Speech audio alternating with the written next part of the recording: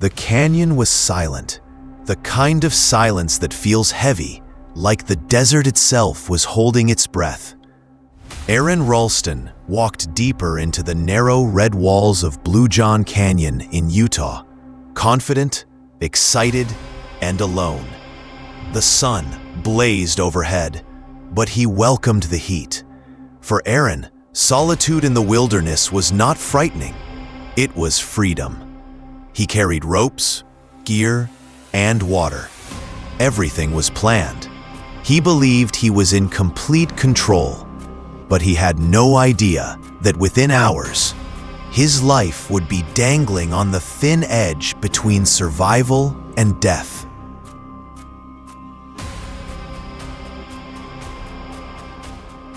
The canyon twisted like a maze, sunlight spilling in thin shafts through towering walls.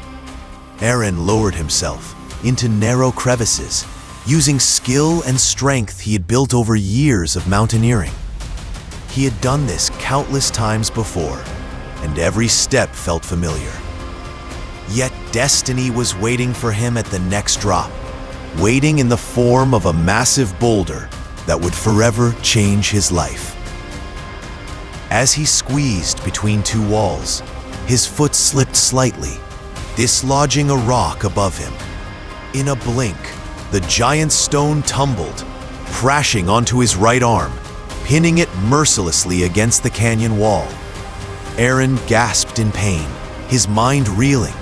He pushed, pulled, and screamed, but the rock was immovable. It weighed hundreds of pounds. His right hand was crushed, his freedom stolen in an instant. He shouted, but the canyon swallowed his voice. No one was near. No one even knew he was there.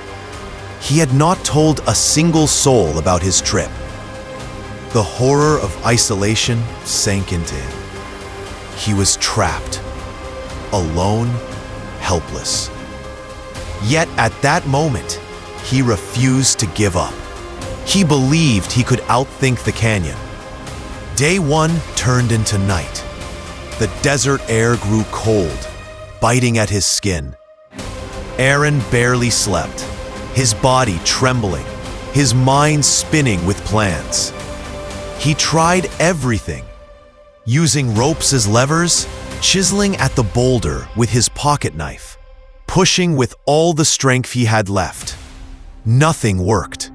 The rock mocked him, unyielding, and every hour, the pain in his arm grew sharper, his body weaker.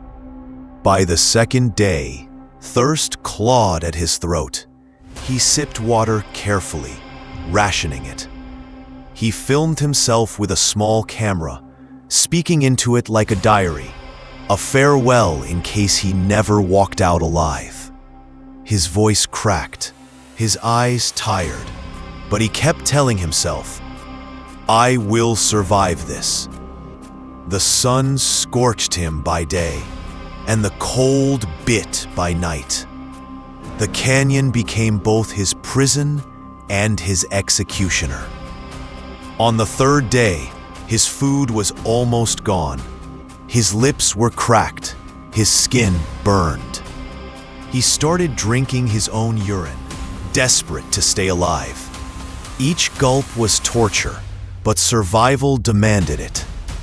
Aron's mind slipped between reality and hallucination. He imagined his family, friends, the life he still wanted to live. He thought of freedom, of mountains, of laughter.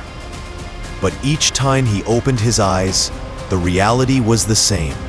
His arm pinned, his body trapped, death whispering closer. Subscribe now, because what happens next is beyond anything you can imagine. On the fourth day, despair consumed him. He carved his name into the canyon wall, along with the date of birth and what he believed might be his final day alive. He recorded his goodbyes, his eyes wet with tears as he imagined his parents finding the video. Aron Ralston had prepared himself to die, but somewhere deep within, a tiny flame of defiance still burned. He wasn't ready to surrender. On the 5th day, delirious and weak, Aron realized the only way out. A terrifying thought entered his mind. He would have to cut off his own arm. At first, it felt impossible. The knife he carried was dull, barely sharp enough to slice rope. But desperation changes everything. He tested the blade against his skin, flinching at the sting. Hours passed as he gathered courage. And then he began. The canyon filled with his screams. Pain unlike anything he had ever known tore through his body. But he continued. He cut through flesh, through muscle, through tendons. When he reached the bone, his knife failed. He stared at it, broken, trembling. Then, with a sudden surge of determination, he used the rock itself to snap the bones. The sound echoed in the canyon, brutal and final. Aron had done the unthinkable. He had freed himself. Subscribe, because stories like this are raw, real, and unforgettable. Covered in blood, shaking from shock, Aron stumbled forward, leaving his crushed arm behind. He had lost a part of himself, but gained something far greater: life. With one good arm, he rappelled down a 65-foot cliff and hiked for miles under the burning sun. Every step was agony, but he refused to fall.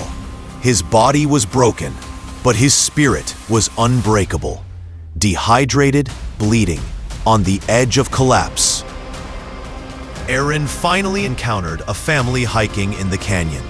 They rushed to his aid, giving him water and alerting rescuers. Within hours, a helicopter lifted him out of the desert that had nearly claimed him. He had escaped death by the narrowest margin imaginable. Aron Ralston's story is not just about survival. It is about human willpower, about how far the spirit can push when the body is ready to quit. He lost an arm, but he gained a second life. His courage inspired millions, and his ordeal became one of the most remarkable survival stories in history. So remember this: no matter how heavy the rock, how dark the night, or how hopeless the moment, there is always a way forward.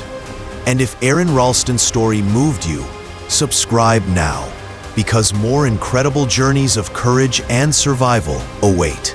Even today, when people hear his story, they imagine themselves in that canyon, trapped between the rock and death, and they wonder, would I have had the strength to do what Aron did? Maybe the answer lies not in fear, but in hope. Because sometimes survival demands sacrifice.